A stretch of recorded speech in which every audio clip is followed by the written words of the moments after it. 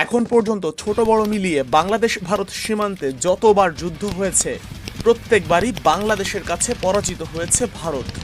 Facebook, television talk show আর সিনেমার পর্দায় ভারতীয়রা নিজেদের যতই শক্তিশালী দাবি করুক, ইতিহাস বলে সীমান্তের সম্মুখ সমরে যতবারই বাংলাদেশের সেনাদের সামনে পড়েছে ভারতের সোলজার্স, ততবারই পরাজয় বরণ করে লেজ গুটিয়ে পালিয়েছে। এখন যেমন শুরু হয়েছে ঠিক একইভাবে 90-এর দশকেও সীমান্তে অস্থিরতা শুরু করে ভারতের বিএসএফ। আন্তর্জাতিক আইন লঙ্ঘন করে নো ম্যানস ল্যান্ড দখল করা কিংবা অন্যায়ভাবে বাংলাদেশিদের গুলি করে হত্যা করা ছিল বিএসএফ এর নিত্যদিনের রুটিন। 1999 সালে বিডিআর মহাপরিচালক হলেন মেজর ফজলুর রহমান। দায়িত্ব নিয়ে তিনি ঘোষণা দেন, সীমান্তে যদি একজন বাংলাদেশি নিহত হয় তবে লাশ পড়বে 3 জন ভারতীয় বিএসএফ এর, এবং সেটা কাজেও করে দেখায় তার বিডিআর সৈনিকরা। আমি বলে দিলাম, যদি বাংলাদেশের একটা বাংলাদেশিকে যদি তারা হত্যা করে বিএসএফ, তাহলে আমি 3টা বিএসএফ এর ডেড বডি চাই।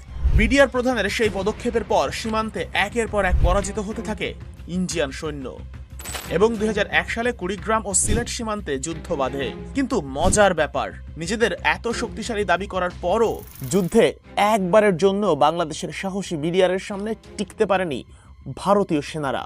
আজ আমরা সেই ইতিহাসই জানব। বাংলাদেশের সীমান্তে বর্তমানে নিয়ম ভেঙে অস্থিরতা সৃষ্টি করেছে ভারত। বিএসএফ এর উস্কানি দেখে মনে হচ্ছে তারা চাচ্ছে কোনো একটা যুদ্ধ লেগে যাক, আর বর্তমান প্রজন্মের বেসামরিক ভারতীয়দের কথা শুনলে মনে হয় এই বুঝি তারা বাংলাদেশ দখল করে নিল। বাস্তবতা হচ্ছে এই প্রজন্মের ভারতীয়রা যদি সীমান্তের ইতিহাস সম্পর্কে একটু ধারণা রাখত, তবে বাংলাদেশের দিকে চোখ তুলে তাকানোরও তাদের সাহস হতো না। চাপার জোরে টিকে থাকা ভারতীয় দাদাদের উদ্দেশ্যে বলতে চাই, ইতিহাস না জানা আপনাদের ব্যর্থতা। অবশ্য নিজের পরাজয়ের ইতিহাস কেই বা মনে রাখতে চায়।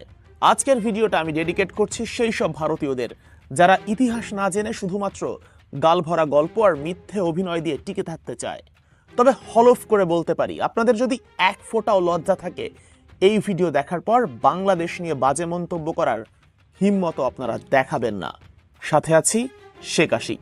ফিরে যেতে হবে আজ থেকে 24 বছর আগে। এপ্রিলের 3য় সপ্তাহ। সিলেটের পদুয়া সীমান্তে নো ম্যানস ল্যান্ডে রাস্তা তৈরির কাজ শুরু করে ভারতের বিএসএফ। আন্তর্জাতিক সীমান্ত চুক্তি আইন অনুযায়ী নো ম্যানস ল্যান্ড হচ্ছে দুই দেশের মাঝের সেই জায়গাটা যার মালিক মূলত কেউ না, জায়গাটা মূলত নিরপেক্ষ। আর সেই জায়গাতে কোনো প্রকার স্থাপনা নির্মাণ করা সরাসরি আন্তর্জাতিক আইনে অপরাধ। কিন্তু বিডিআরের নিষেধ না মেনে পদুয়ায় 4 কিলোমিটার রাস্তা নির্মাণ করে ভারতের বিএসএফ। এমনিতেই স্বাধীনতার পর থেকে বাংলাদেশের পদুয়া সীমান্তে ভারতের বিএসএফ সদস্যরা নানা অবৈধ কাজ করে আসছিল। এই কর্মকাণ্ড নিয়ে বেশ বিরক্ত ছিল বিডিআর সদস্যরা। বাধ্য